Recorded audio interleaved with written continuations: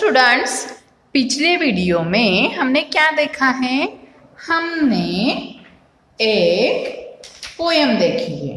कौन सी पोयम? कविता यह पोयम पतंग यह पोयम देखी है। इस कविता में हमें व्याकरण में यानी कि भाषा की दुनिया में और क्या सीखने के लिए मिला कि दिए गए शब्दों का वाक्यों में कैसे प्रयोग करते हैं, यह हमने सीखा है। जब लास्ट ऑनलाइन लेक्चर था, उस लेक्चर में हमने 4 फुदनों वाली टोपी यह चित्रकथा सिर्फ रीड की हुई है। क्या की हुई है? रीड की हुई है। तो यह आपके समझ में भी आई होगी कि इस चित्रकथा में हमें क्या सीखने को मिला। तो आज क्या करने वाले हैं, हम यह चित्रकथा देखते हैं। उस दिन सिर्फ रीडिंग लिया था, आज क्या करेंगे? हम चित्रकथा लर्न करेंगे। देखो लेसन नंबर 14, 4 फुदनों वाली टोपी। यह क्या है? चित्रकथा है। अब देखो इसमें कौन कौन है? यह नानी जी है और यह नानी जी और यह उनका पोता है। इस पोते का नाम क्या है? विशु है।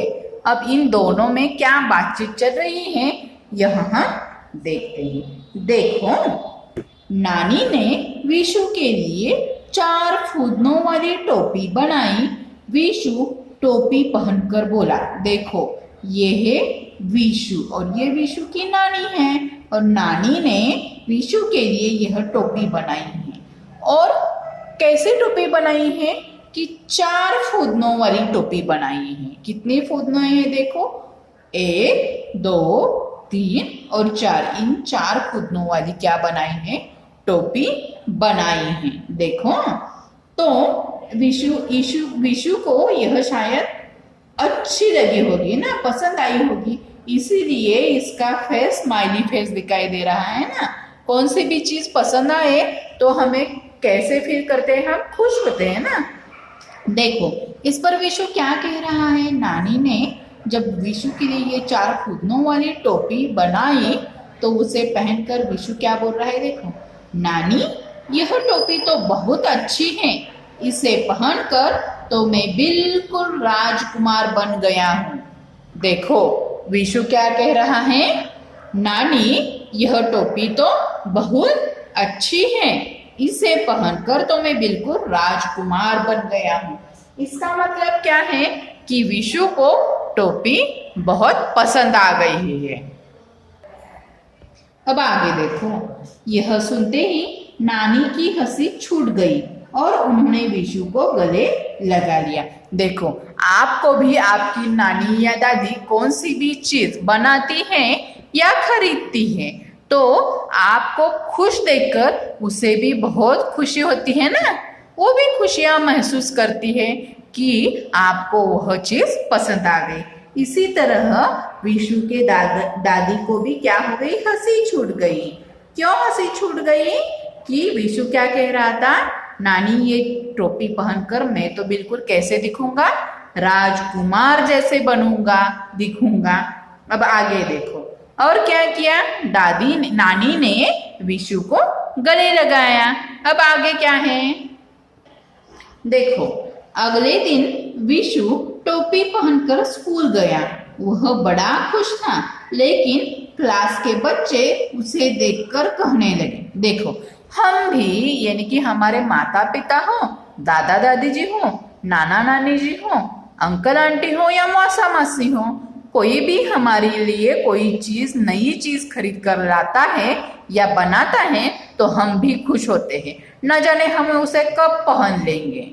हाँ, नए जूते लाओ, नए ड्रेसेस लाओ और न्यू किताबें लाओ, न्यू नोटबुक लाओ, कोई भी चीज नई लाए कोई भी हमें, तो हम क्या करते हैं कि कब मैं उसे पहनता हूँ, कब मैं उसे यूज करता हूँ और कब मैं अपने फ्रेंड को दिखाता हूँ, ऐसा हमें लगता है। इसी तरह इस विशु को भी लगा कि कब मैं इस टोपी को पहनूं और स्कूल जाऊं। और वो स्कूल जा पहनकर गया भी, लेकिन उसे देखकर, उसे यानी कि उसकी टोपी को देखकर उसके फ्रेंड्स क्या कहने लगे? देखो देखो देखो विशु की अजीब सी टोपी।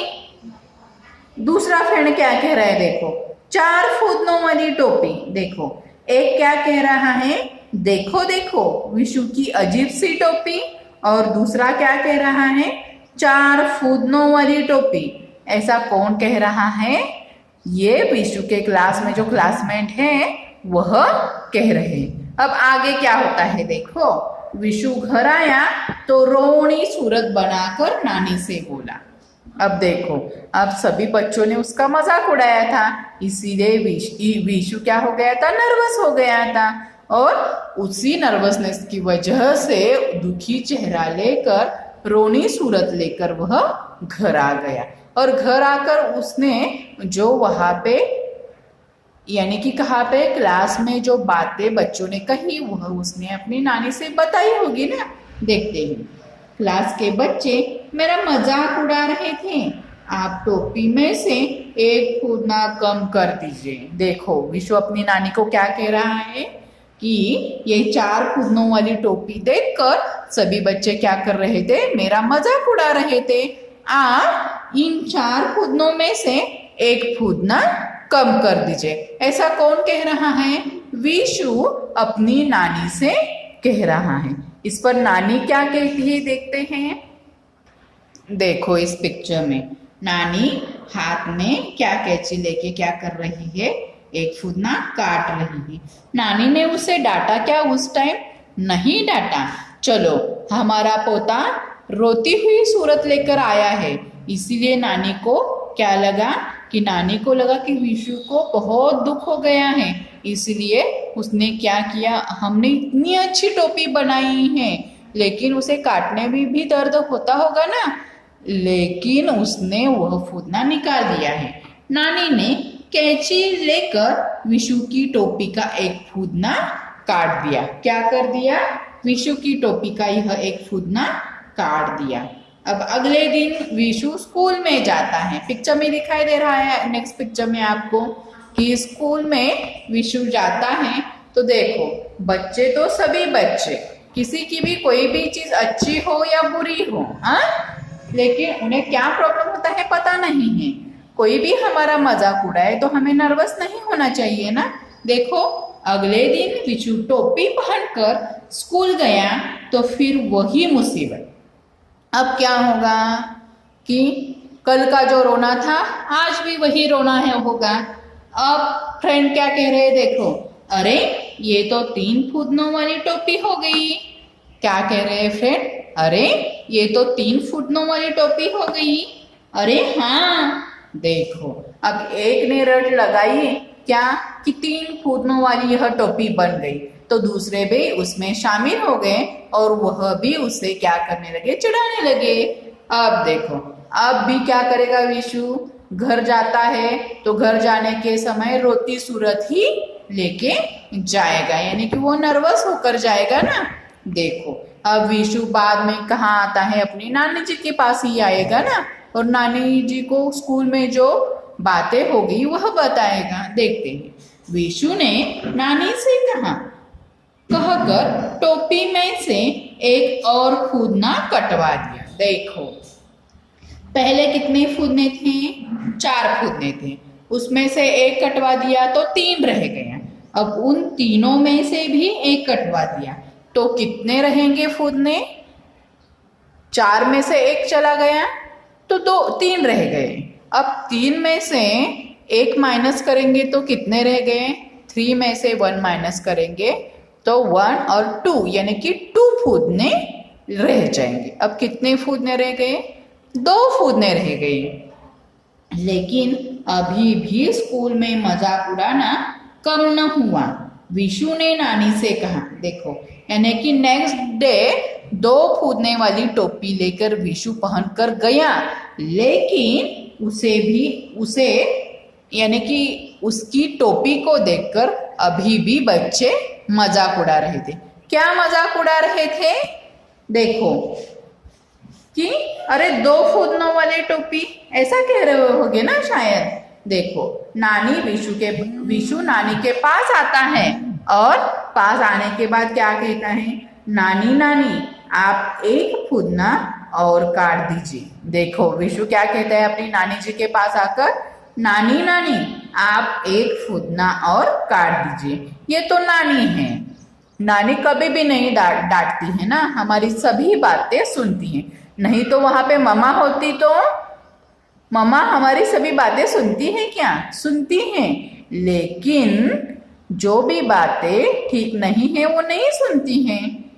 यानी कि क्या, इसीलिए नानी आपको बहुत ही अच्छी लगती है ना, आपकी सभी बातें नानी जी सुनती हैं, है ना। सभी की नानियां ऐसी ही होती हैं कि अपने पोतों को या पोतियों को डांटती ही नहीं है ना।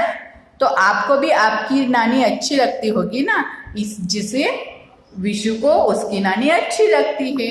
अब देखो आगे क्या होता है, आगे देखो। होते होते टोपी में सिर्फ एक फूदना बाकी रहा। अब भी बच्चे चिढ़ाए बगैर नहीं मान रहे थे। अंत में विशु ने नानी से कहा, नानी नानी आप यह फूदना भी काट दीजिए। देखो अब अंत में क्या कहा गया, विशु ने नानी को कहा कि जो एक बचा कुचा फूदना है वह भी आप निकाल दो, यानी कि काट दो। अब देखो अब नेक्स्ट दिन क्या होना था। अगले दिन जब विशु स्कूल में गया तो बच्चे क्या कह रहे हैं, देखो। अगले दिन विशु बिना फूदने की टोपी पहनकर गया। बच्चे तालियां पीट पीट कर चिल्लाने लगे। देखो अगले दिन जब विशु स्कूल में गया, यानी कि बिना फूदनों वाली टोपी पहनकर जब स्कूल में गया तो बच्चे क्या चिल्लाने लगे, देखो देखो विशु की बेढंगी टोपी, बिना फूदनों की टोपी। देखो इतने दिनों से बच्चे क्या चिढ़ा रहे थे कि अरे 4 फूदनों वाली टोपी, अरे 3 फूदनों वाली टोपी, अरे 2 फूदनों वाली टोपी। अब सभी फूदने निकाल दिए तब भी बच्चे चिढ़ा रहे हैं। और क्या कह रहे हैं, बच्चे कह रहे हैं, देखो देखो विशु की बेढंगी टोपी, बिना फूदने की टोपी। देखो ये कैसी बात हो गई कि बच्चे जब फूदने थे तब भी उन्हें प्रॉब्लम था, अब सारे फूदने कटवा दिए हैं तब भी बच्चों को प्रॉब्लम है।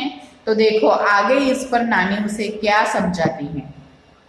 स्कूल से आकर विशु ने रोते रोते नानी को सारी बात बताई। नानी हंसते हुए बोली, क्या बात बताई होगी कि बच्चे अब उसे क्या कह रहे हैं कि विशु की बेढंगी टोपी, बिना फूदनों वाली टोपी। अब यह तो बातें घर आते आते विशु ने बताई नानी को, लेकिन नानी ने क्या कहा है, कैसे उसे समझाया है। देखो बेटा तुम चिढ़ते हो इसलिए सब चिढ़ाते हैं, तुम चिढ़ना छोड़ दो फिर सब ठीक हो जाएगा। देखो नानी ने कैसे समझाया उसे, क्या कहा नानी ने कि तुम चिढ़ते हो इसीलिए सभी बच्चे तुम्हें चिढ़ाते हैं, तुम चिढ़ना ही छोड़ दो तो चिढ़ाने के लिए कोई भी तुम्हारे पास नहीं आएगा, ऐसा विशु को नानी ने कहा। तो अब इस पर विशु क्या कहता है, देखो अब आगे क्या है देखो। बस विशु ने नानी की यह बात याद रखी, जो नानी ने बताया था। क्या बताया था कि तुम्हें चिढ़ना बंद कर देना चाहिए। तो अब आगे से विशु नानी जी की यह बात ध्यान में रखने वाला है। विशु अब खुश था, हालांकि उसे टोपी के 4 फूदनों की अब भी याद आती थी। सोचता कितने अच्छे लगते थे वे फूदने, बेकार नानी से कहकर कटवा दिए। यानी कि क्या, अब उसे उसकी फूदनों वाली टोपी की ही याद आ रही थी और क्या कह रहा था, बेकार में उसे नानी से कटवा दिए। ऐसा क्या सोच रहा है, देखो यहाँ पे दिखाई दे रहा है ना कि इसकी सोच में ये 4 फूदनों वाली टोपी दिखाई दे रही है। इससे हमें यानी कि सभी बच्चों को क्या सीख मिलती है, हमें किसी के चिढ़ाने से चिढ़ना नहीं चाहिए। देखो यानी कि क्या सीख मिली इस कहानी से हमें किसी के भी चिढ़ाने से चिढ़ना नहीं चाहिए। समझ में आ गया, विशु को तो ये समझ में आ गया, लेकिन आप सभी को भी ये ध्यान में रखना है कि कोई भी हमें क्या कहे कि ये तुम्हारी चीज अच्छी नहीं है, बुरी है, वगैरह वगैरह बहुत सारे कुछ कहते हैं, लेकिन हमें ये ध्यान में रखना चाहिए हमारे घर के जो आदमी जो हमारे लिए खरीदते हैं, जो तैयार करते हैं, जो बनवा लेते हैं, वो अच्छा ही होगा ना। तो बच्चों हमने आज कौन सा लेसन देखा है? 4 फुदनों वाली टोपी चित्रकथा। अब आपको क्या करना है कि आज का होमवर्क आपके लिए क्या है कि यह लेसन 2 बार पढ़ना है। साथ ही साथ जो शब्दार्थ दिए हैं उसे आपको अपनी कॉपी में लिखना है और मुझे उसके फोटोकॉपी निकाल कर सेंड करनी। होमवर्क क्या है? लेसन 2 टाइम रीड करना है, 1 बार 12 कड़ी लिखनी है। ध्यान में रखिए कि 12 कड़ी डेली 1 टाइम लिखनी ही है। 1 बार 12 कड़ी लिखनी है। साथ ही साथ 4 फुदनों वाली टोपी यह लेसन 2 बार पढ़ना है और इसके ऊपर जो शब्दार्थ दिए हैं वह आपको ईच वर्ड 2 टाइम लिखना है। धन्यवाद। Have a nice day.